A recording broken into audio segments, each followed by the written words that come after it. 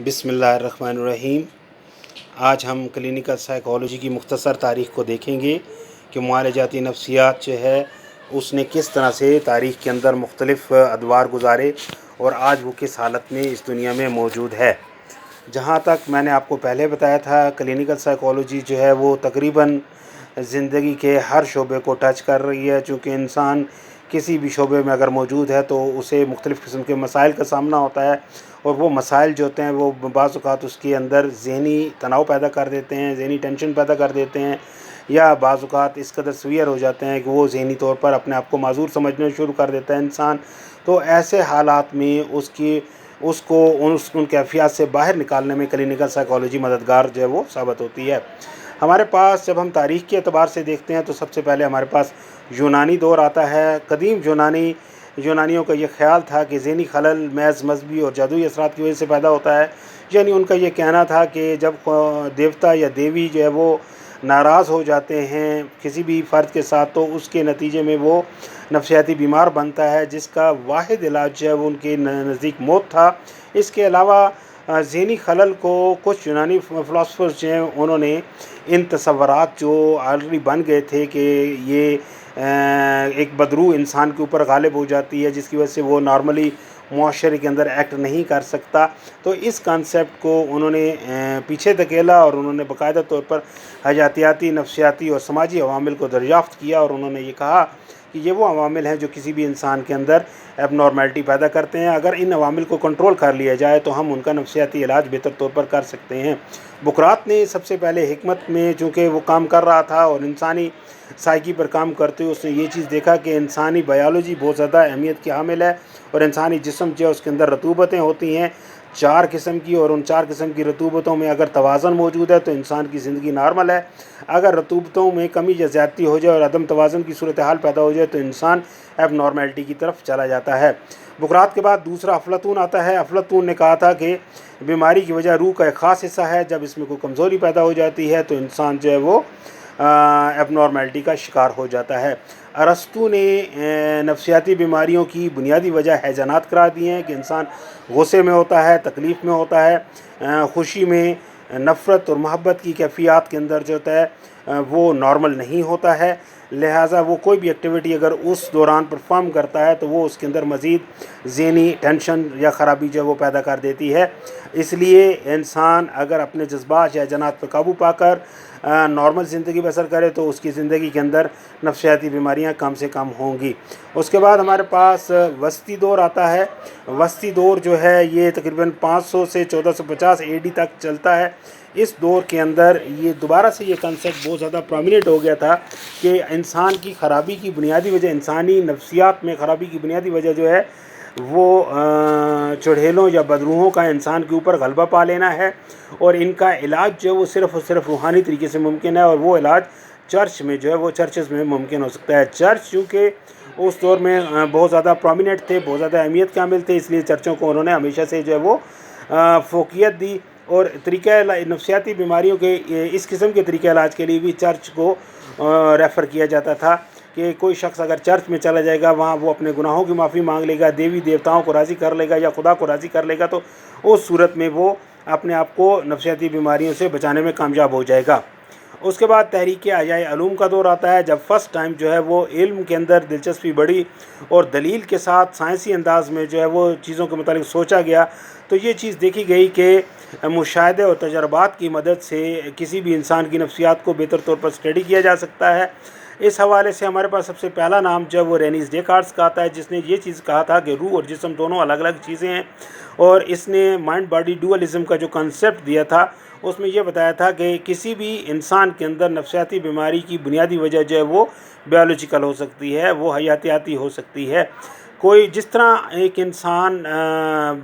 जिस्मानी तौर पर बीमार होता है, उसे बुखार होता है या उसे इन्फेक्शन हो जाती है या किसी और बीमारी का वो शिकार हो जाता है, इसी तरह से इंसान के जो सोच है या जो उसकी ज़हन है उसकी ख़राबी की वजह से भी उसके अंदर प्रॉब्लम्स हैं वो पैदा हो जाती हैं जो नफ्सियाती नोयत की होती हैं। अगर हम एक मुनासिब माहौल के अंदर प्रॉपरली अटेंड करें कि किसी भी साइकोलॉजिकल पेशेंट को, तो हम उसकी ट्रीटमेंट बेहतर तौर पर कर सकते हैं।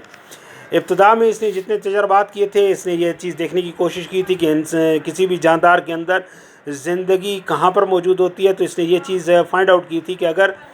کسی بھی جاندار کی گردن کو کاٹ دیا جائے تو وہ زندہ نہیں رہتا، اور گردن کے اندر اس نے ایک مقام کو روح کی سیٹ کرا دیا، جسے اس نے PINEL پینل گلینڈ کا نام دے دیا تھا۔ اس کا یہ کہنا تھا کہ یہ وہ گلینڈ ہے جہاں جو کہ روح کا مقام ہے، اور اگر یہ ڈسٹرب ہو جائے تو انسان کی موت جو ہے وہ واقع ہو جاتی ہے۔ 18ویں صدی کے اندر جو ہے وہ سائنس نے بہت زیادہ معاشرے کے اندر اپنا غلبہ جو ہے وہ شو کیا، اور آہستہ آہستہ بہت سی چیزیں جو ہیں وہ سائنٹیفک انداز میں سامنے آنا شروع ہو گئی، اور جو سنی سنائی بات تھی یا جو مذہبی نوعیت کی گفتگو تھی اس کو زیادہ اہمیت نہیں دی گئی، اور آہستہ آہستہ جو چیزیں پرومیننٹ ہو کر سامنے آئی وہ مشاہدات اور تجربات تھے، اور لوگوں نے تجربات کے نتائج کی روشنی میں لاجیکلی یا دلیل کے انداز مدلل انداز میں سوچنا شروع کر دیا۔ سب سے پہلے لائٹنر وٹمر تھا جس نے کلینکل سائیکالوجی بحیثیت نام جو ہے وہ متعارف کرایا تھا، اور اس کے بعد ہمارے پاس جو ہے وہ جو نام آتا ہے وہ ولیم وونٹ کا آتا ہے، جس نے سب سے پہلے ایکسپیریمنٹل لیب بنائی تھی لیپزگ میں جرمنی میں، تاکہ اس نے یہ کہا تھا کہ ہم تجربات کی مدد سے کسی بھی انسان کی یا جاندار کی سائیکالوجی کو بہتر طور پر جج کر سکتے ہیں۔ کلینکل سائیکالوجی کے حوالے سے سب سے جو اہم کام تھا وہ یہ تھا کہ جہاں جسمانی بیماریوں کے لیے ہاسپٹلس وغیرہ قائم کیے گئے تھے، وہاں نفسیاتی بیماریوں کے لیے بھی مختلف قسم کے فلاحی ادارے قائم کر دیے گئے، بہت سے ہاسپٹلس جو ہیں وہ وہاں پر بنا لیے گئے، اور یہ دیکھا گیا کہ ان نفسیاتی بیماروں کا علاج کس طرح سے ہم کر سکتے ہیں، اور یہ دیکھا گیا جو خفیف ذہنی امراض کا شکار ہیں اگر ہم ان کا پراپر علاج کر سکتے ہیں تو وہ بہتر طور پر جو ہے وہ دوبارہ سے معاشرے میں اپنی ایکٹیویٹیز کو پرفارم کر سکتے ہیں۔ تو اس قسم کی پراپر ٹریٹمنٹ سینٹر بنانے کی وجہ سے کلینکل سائیکالوجی کی اہمیت بہت زیادہ ہو گئی۔ ورلڈ وار 1 میں بھی ماہرین کلینکل سائیکالوجسٹ نے اپنا رول پلے کیا۔ انہوں نے آرمی الفا، آرمی بیٹا ٹیسٹ بنائے جن کی مدد سے یہ چیز دیکھی جاتی تھی کہ کن لوگوں کو دوبارہ سے فوج میں بھرتی کیا جا سکتا ہے اور کنہیں فوج میں بھرتی نہیں کرنا۔ لیکن ورلڈ وار 2 کے بعد، جنگ عظیم دوم کے بعد جو وہ معالجاتی نفسیات باقاعدہ طور پر ایک نفسیات کی شاخ کے طور پر انٹروڈیوس کرائی گئی، اور 1945 میں امریکن سائیکولوجیکل ایسوسی ایشن نے اس کو ڈویژن 12 کا ٹائٹل جو ہے وہ دیا، اور اس میں انہوں نے تمام تفصیلات بتائیں کہ کلینکل سائیکالوجی جو ہے وہ کن کن پہلوؤں کو کور کرتی ہوئی نظر آ رہی ہے۔ 19ویں صدی میں جو لوگ زیادہ امپورٹنٹ سامنے آئے تھے، جنہوں نے انسانی معاشرے کے اندر ایک سائنٹیفک سوچ کو پروموٹ کیا تھا اور سائنسی انداز میں انسان کو سوچنے پہ مجبور کیا تھا، اور ان نفسیاتی بیماریوں کے حوالے سے لوگوں کے ذہنوں کے کنسیپٹس کو کلیئر کیا تھا، اس میں لوئس پاسچر آ گیا تھا جس نے بایولوجی کے اندر کام کیا تھا، بینجامن روش آ گیا تھا، اس نے سب سے پہلے جو ہے وہ ذہنی بیماریوں کا سبب کو بایولوجیکل قرار دے دیا تھا۔ اس کے بعد فرانس میسمر آیا تھا جس نے میسمرزم کے ذریعے سے ایک اس چیز کا محسوس کیا تھا کہ انسان کی سوچ جو ہے وہ بہت زیادہ طاقتور ہے، اگر انسان اپنی سوچ کی مدد سے اپنے جسم کو ڈائریکٹ کر لے تو وہ نارمل ہو سکتا ہے، اگر سوچ نارمل ہوگی تو جسم نارمل رہے گا۔ فلپ پائنیل وہ پہلا بندہ تھا جس نے سائنسی بنیادوں پر کام کرنے کے بعد نہ صرف نفسیاتی بیماریوں کی درجہ بندی کی تھی بلکہ اس نے اس چیز کو بھی بہت زیادہ اہمیت دینا شروع کر دی تھی کہ ہم اگر علیحدہ سے بیماروں کے لیے کوئی نفسیاتی بیماروں کے لیے کوئی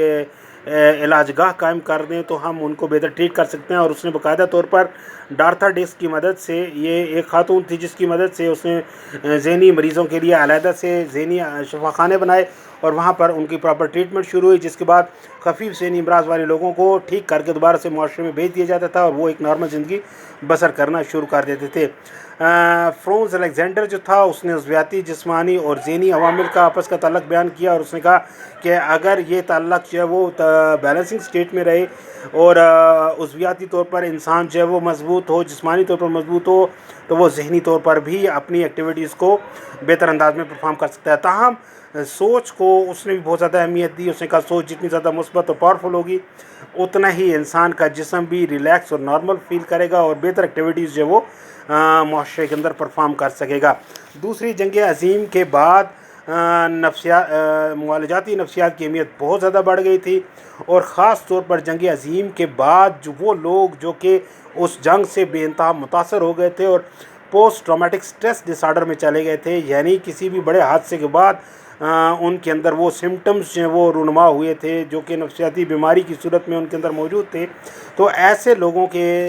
इलाज के लिए क्लिनिकल साइकोलॉजी को इस्तेमाल किया गया था और फर्स्ट टाइम जो है वो जो national council of women psychology है उसने जंग से पैदा होने वाले दबाव के इलाज के लिए काम करना जो वो शुरू कर दिया था और ऐसी तरबियत देनी शुरू कर दी थी कि जिसकी वजह से